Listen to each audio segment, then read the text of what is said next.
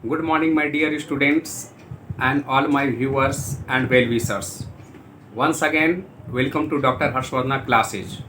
मित्रों, आज एक लंबे अंतराल के बाद फिर मैं एक वीडियो के मार्फत और एक समसामयिक घटनाक्रम जिसकी प्रतिक्रिया पूरे बिहार के 38 जिला में और बिहार के बाहर तक हुई, उसे लेकर आपके सामने रूबरू हो रहा हूँ। जी हाँ मित्रों, मैं बात कर रहा हूँ 67वीं बीपीएससी की परीक्षा को लेकर, पीटी की परीक्षा को लेकर। सहसा हमारे एक मित्र का राजस्थान से फ़ोन आया और कहा उन्होंने कि भाई साहब, आपके बिहार लोक सेवा आयोग में हमारे राजस्थान लोक सेवा आयोग के कई लोग गए थे और बिहार की कार्य प्रणाली और परीक्षा प्रणाली का अध्ययन करने के लिए, लेकिन अचानक बीपीएससी की एक घटनाक्रम ने पूरे बिहार और बिहार की सिस्टम और सुशासन को कहीं न कहीं सशंकित किया है, संदेह के घेरे में लाकर खड़ा किया है। 8 घंटे के अंदर पूरे बिहार की सूरत और सीरत कैसे बदलती है, इसका अनुभव सिर्फ और सिर्फ हिंदी हॉट बेल्ट में, विशेषकर बिहार में देखने को मिलता है।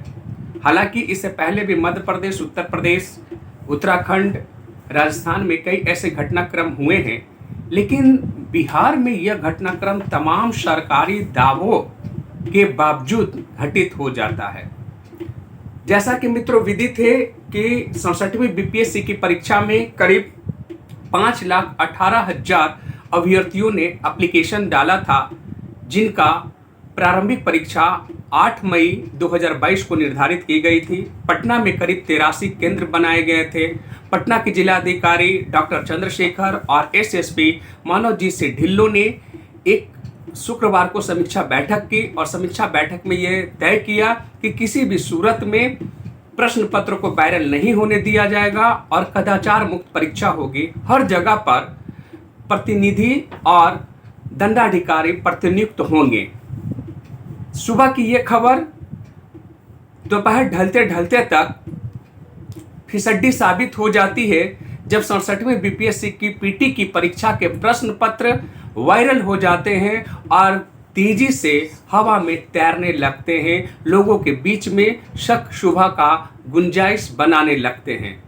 8 बजे सुबह, 6 बजे सुबह जो भी खबर पढ़े हैं इसको कि बीपीएससी की परीक्षा 83 परीक्षा केंद्रों पर जिलाधिकारी ने बैठक की, एसएसपी ने बैठक की और वो 12 बजते बजते तक चारों तरफ हलचल मचा देती है।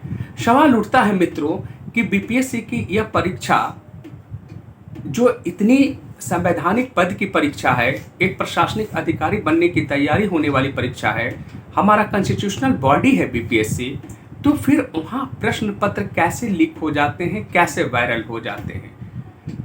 खबरों के बीच से एक खबर यह भी आ रही है कि परीक्षा केंद्र को लेकर जो सेंटर का चयन हुआ था, वहाँ पे कहीं न कहीं बिहार लोक सेवा आयोग से भूल ही।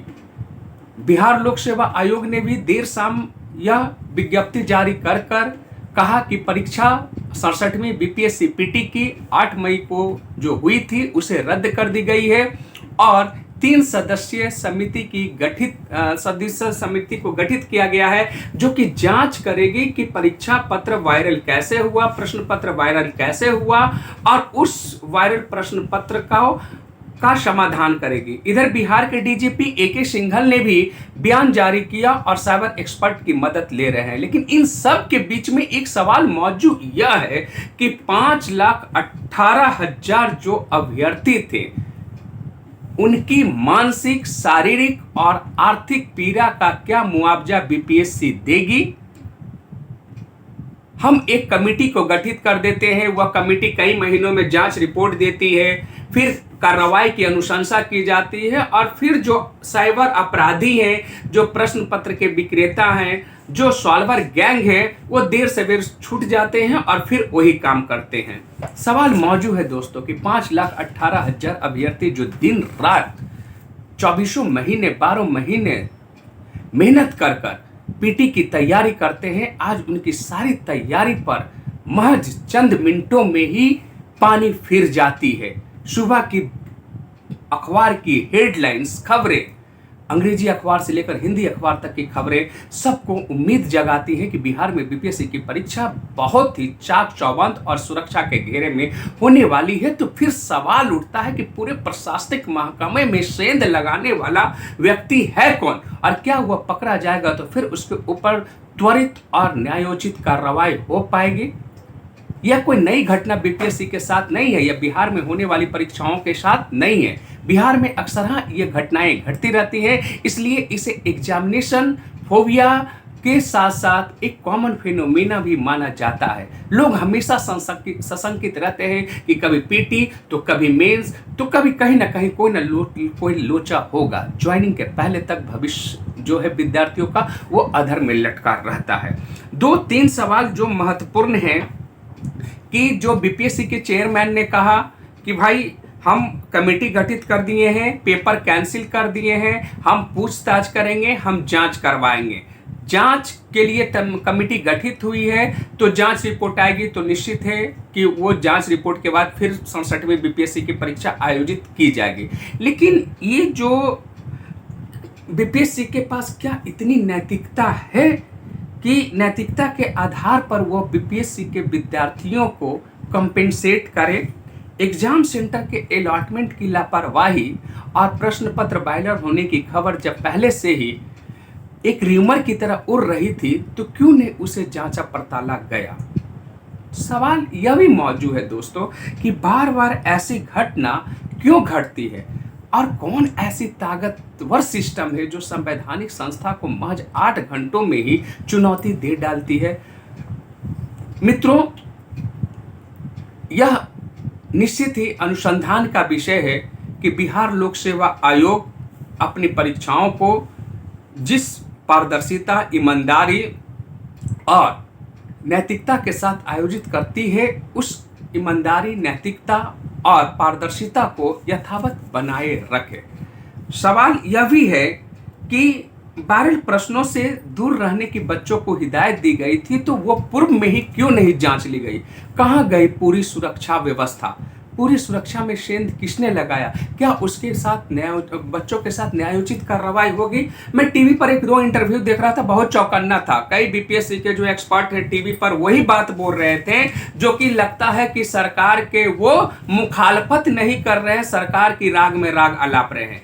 वो तैयारी करवाने वाले जो एक्सपर्ट थे बीपीएससी का, मैं उनका नाम लेना यहाँ मुनासिब नहीं समझता हूँ, वो ऐसी बातें कर रहे थे जैसे मानो कि वो महज एक इटोपिया वाली बातें कर रहे हैं। उनकी तो पॉकेट भर गई, बच्चों ने तैयारी की, उनका पॉकेट भरा, और आज वो बच्चों के पक्ष में खड़ा होकर बीपीएससी के पारदर्शिता पर सवाल उठाने के बजाय बच्चों को नसीहत देते नजर आ रहे हैं कि कभी कभी ऐसी घटनाएं घटती है, इससे हमें घबराना नहीं चाहिए, हमें फिर पुरजोर तैयारी करनी चाहिए। कभी उस प्रक्रिया से गुजर कर देखिए जब बच्चों को पटना से लेकर बेतिया तक की दूरी तय करने पड़ती है और घंटों गर्मी में, धूप में पैसे खर्च कर कर, पसीना बहाकर परीक्षा देना पड़ता है और फिर देर रात तक घर लौटना पड़ता है।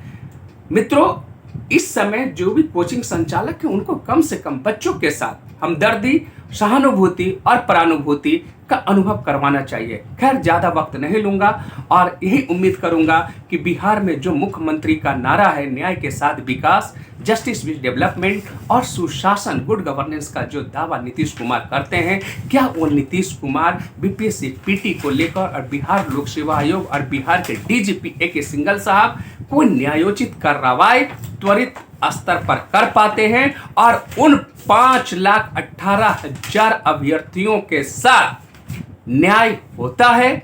और एक फिलॉसफी है मित्रों न्याय का, जस्टिस का, there is a philosophy of justice कि न्याय होना ही पर्याप्त नहीं है, न्याय होते दिखना भी चाहिए। कई सारे एग्जाम्स जो बिहार में होते हैं, चाहे वो असिस्टेंट प्रोफेसर की बहाली हो, चाहे वो दरोगा और सिपाही की बहाली हो, या फिर बिहार लोक सेवा आयोग से प्रशासनिक सेवाओं की बहाली है, हमेशा संदिग्ध और हमेशा संदेहास्पद के घेरे में रहती है। उम्मीद करते हैं कि जस्टिस विद डेवलपमेंट की बात करने वाले नीतीश कुमार इस चीज पर उचित और समयोचित कार्रवाई करेंगे और बिहार को एक मॉडल के रूप में प्रस्तुत करेंगे। शुक्रिया, धन्यवाद, और उम्मीद करते हैं कि आप हमारे इस वीडियो के साथ लगे रहें और उन तमाम बच्चों के साथ हमदर्दी है जिन्होंने खून पसीना बहाकर महीनों तैयारी की और उनके महीनों तैयारी पर आज महज सेंधमारी करके कुछ लोगों ने पूरे परिश्रम को सिफर कर दिया, व्यर्थ कर दिया, बेकार कर दिया। लेकिन मित्रों, तैयारी में लगे रहे, नो डाउट देर सवेर सफलता सुनिश्चित ही होगी। धन्यवाद।